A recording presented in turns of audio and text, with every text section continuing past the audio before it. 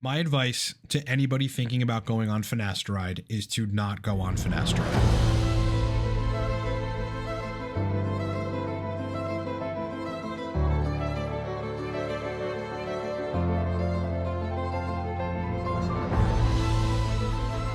Finasteride in susceptible individuals tends to induce a condition called PFS, which otherwise is known as post-finasteride syndrome, which is a syndrome in which sexual muting happens to men. They lose penile sensation, they lose erection quality, they lose libido, they lose the mental visceral part of libido, they lose orgasm sensation. I mean, these guys are as close to the PSSD community in terms of symptoms as anyone can get. So far, there has not been a detailed look into the mechanisms of PFS that any biohacker will actually buy into, right? Because most of the proposed mechanisms don't really make sense. A major element of the problem proven in the scientific literature with 5-alpha reductase inhibition has to do with downregulation of the androgen receptors in penile tissue. You're not going to want to miss this one. Stay tuned. Let's go. Before we get into the video, what supports this broadcast are a couple epic nootropic products from our website that I built. Supercharged Dopamine is the most popular course we've launched in a very long time. Nootropics Mastery second best. The Cortex Stack right now is buy one, get one free. That is the biggest special that we've got going on right now.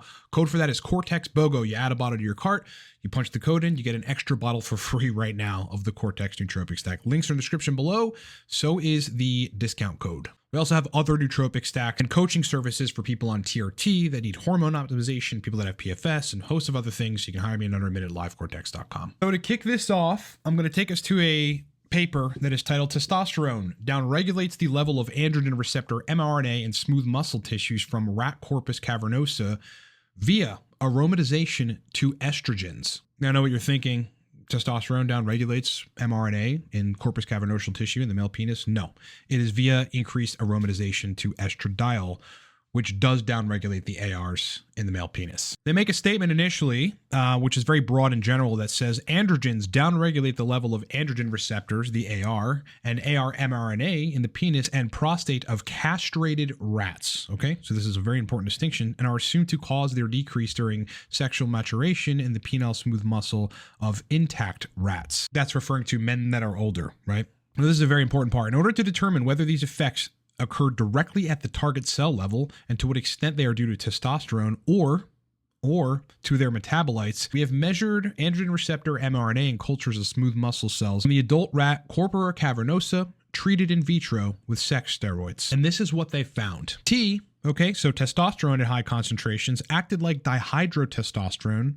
Dihydrotestosterone, or DHT, is the primary androgen that gets inhibited when you take finasteride, increasing moderately the levels of androgen receptor mRNA in both proliferating and contact inhibited cells. However, when conversion of testosterone to DHT was blocked by the 5-alpha reductase inhibitor finasteride, the levels of androgen receptor mRNA were considerably downregulated, particularly in the contact inhibited cells. What they found, interestingly, is that a growth factor, otherwise known as PDGF, platelet-derived growth factor, inhibited this effect, as well as preventing testosterone's conversion to estradiol using an aromatase inhibitor inhibited this androgen receptor downregulation in the penis. Now, this is the critically important part for one of the primary mechanisms of sexual dysfunction in post-finasteride syndrome and in men that use finasteride. They go, our results indicate that it is possible to modulate in vitro androgen receptor mRNA levels in penile smooth muscle cells, and that under normal conditions, DHT and T act as moderate upregulators. Uber critical part incoming. When DHT formation is inhibited, as would be the case when taking finasteride or other 5-alpha reductase inhibitors, the aromatization pathway of T to estradiol will prevail and induce a pronounced downregulation of androgen receptor mRNA levels. Listen, as the human male develops, particularly in those younger years, the primary chemicals or hormones in that male's body that are responsible for the growth of the penis, the maturation of the penis, are testosterone and dihydrotestosterone. So much so that, in fact, if you inhibit those androgens from binding to penile tissues in the maturing male, then female genital characteristics result in that, and a lack of development of male characteristics result in that. Finasteride is a compound that prevents hair loss and in some cases may be able to regenerate hair by blocking the conversion of testosterone to dihydrotestosterone in the scalp. Unfortunately, though, this is a systemic drug and that it's not just local to the scalp. It blocks the conversion of testosterone to DHT everywhere. So when you have a block of the conversion to a major androgen, which is not solely, but partially and significantly responsible for sexual characteristics of a male, not only are you going to have sexual dysfunction, but you're going to have downregulation of the androgen receptors in penile tissue. To back this up further, this is a paper that is titled Untargeted Metabolomics and Steroid Signatures in Urine of Male Pattern Baldness Patients After Finasteride Treatment for Over a Year, where they state, in addition, inhibition of 5-alpha reductase activity reduces the conversion of DHT, resulting in increased conversion of T to estradiol through the aromatase enzyme. Increased estrogen levels can cause sexual side effects reported for 1 milligram a day use of finasteride in men with androgenic alopecia. Now, what might I be trying to say here to people? Aside from you've got downregulated ARs in the penis, which is going to inhibit your sexual function almost completely. I'm also saying that in line with what we see with men that are on TRT, when estrogen gets past a threshold for them, when it is just entirely too high for them, far out of the reference range, and it stays there, you get massive sexual dysfunction. And in that same regard, having a testosterone to estrogen ratio that is highly, highly in favor of estradiol, and without proper dihydrotestosterone binding at the androgen receptors, that is, if you wanted a recipe for absolute sexual dysfunction, to mute your orgasms, to mute your erections, to completely shut off your libido, it would be high estrogen, low testosterone, and a lack of androgen receptor binding with DHT in penile tissue. This is a paper that is titled Advances in Knowledge of Androgens, How Intentional and Accidental Neurosteroid Changes Inform Us on Their Action and Role, in which they say, in the introduction, after talking about masculinization and feminization relative to sex hormones, they say, second, how finasteride can induce feminization and demasculinization is discussed, then its effects on androgens, neurosteroids in the brain, direct effects on T and DHT, and 5-alpha reductase expression and distribution. The important thing to take away is finasteride induces feminization and demasculinization in men. Now, what I'm trying to get you to think about for people that have PFS and people that are just generally interested in this condition, and for men that are on TRT that are starting to lose their hair or otherwise have male pattern baldness and want to go on finasteride, the entirety of this video is to dissuade you from doing that, as well as highlight some of the mechanisms for post-finasteride syndrome. But what you must understand is that in addition to pudendal nerve abnormalities, you're also inducing, by a lack of DHT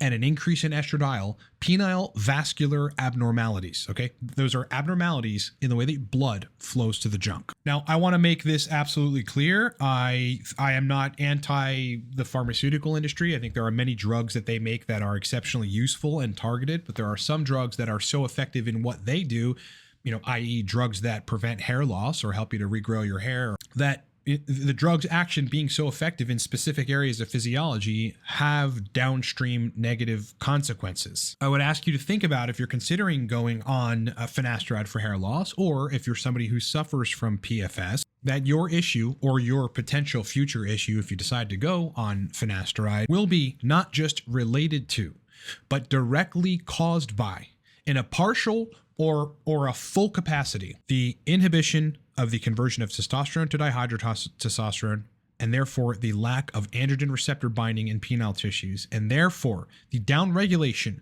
of the mRNA of androgen receptors in penile smooth muscle tissue. Thus, a continued siphoning of your testosterone into estradiol, a continued downregulation and downregulated state of the androgen receptors in the male penis, which you critically need for erections, for libido, for vascular health, and that this is the major influential factor of these post-finasteride syndromes. Now look, I'm not saying that there isn't genetic activity that is somewhat abnormal in these cases, because there actually is. As a result, probably of the lack of androgen receptor binding and potentially another mechanism, you also have abnormal somatosensory evoked potentials of the pudendal nerve. Okay, the pudendal nerve is pretty critical for sending signals to the male penis, specifically relative to sensation. Look, I can't tell you what to do or what not to do. I can only tell you that I'm the guy. It's like me and 4 to 5 other men, in America or on the planet that get the call or the email from people who are severely, severely damaged in terms of sexual function from dosing finasteride. Over the years, I have largely kept quiet about it. I've done some content on PSSD because that's another community of men that I've been tasked to help because no one else will and no one else cares. But when I hear guys on, the TRT subreddit or the testosterone subreddit or anywhere on the web that are talking about, should I go on finasteride? I jumped on TRT, or maybe I jumped on some HCG or Clomid or something, and I'm starting to lose hair thinking about going on finasteride. It's like, brother, I wish you knew what I knew, that you got to see all the men that's lives have essentially been destroyed from taking finasteride, that you got to have an influx of emails from males that cannot get erections, don't have libido, have zero idea and zero connection to their sexual desire whatsoever, and it's ruined their lives. Look, guys, in our time, I firmly believe, based on the advances of technology, even biohacking technology, but advanced technology, that we will have a solution for hair loss that does not require that you inhibit your testosterone's conversion to dihydrotestosterone. There will be a solution that does not downregulate the androgen receptors in your penis. Okay, there's going to be a solution for hair regrowth or preventing hair loss that is essentially side effect free. Give it some time. And please, okay, please, I have nothing to gain from this. I stand to gain absolutely nothing. I have no background intention to get clients for PFS. It's not something I really even enjoy working on because it's very fucking difficult. But with all this experience and with what all I see, I'm here today in light of this research and backed up by the scientific literature to warn you and to plead with you to not take finasteride.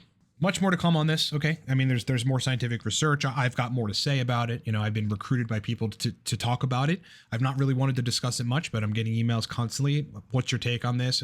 Can you help? What do you think? What are the mechanisms? What should I do? All right, so we're going to be discussing more about it, at various points in the future with various pieces of content. So look forward to that. Sub to the channel if you're not. Like the video, please. I would appreciate that. If you need to hire me for consulting, look, I do a lot of consulting, mainly on nootropic regimen formulation, testosterone protocol optimization, but also sexual dysfunction. If you need help, you can book me in under a minute at livecortex.com. I've got a bunch of different options ranging from pretty pricey options to pretty cheap options. On a lighter note, for those of you that visit the channel often and like our stuff, Cortex Stack right now is buy one, get one free. This is the code, okay? CortexboGo will literally get you a bottle for free if you add a bottle to your cart. You add a bottle, you put the code in, it will tack on an extra bottle literally for free. I think the limit on this is 7 bottles. So if you get 6 bottles, you'll get 6 free. Okay, 3 bottles, you get 3 free. However many you purchase up to 7 bottles, you will get 4 free of the Cortex Nootropic Stack right now. Again, code is on the screen. You can do it in the description of this video or at livecortex.com. All right, it has been an absolute pleasure hanging out with you. Hope you've gotten some value out of this video. Much more content to come. Hope you're having a great weekend, and I'll talk to you guys on the next one.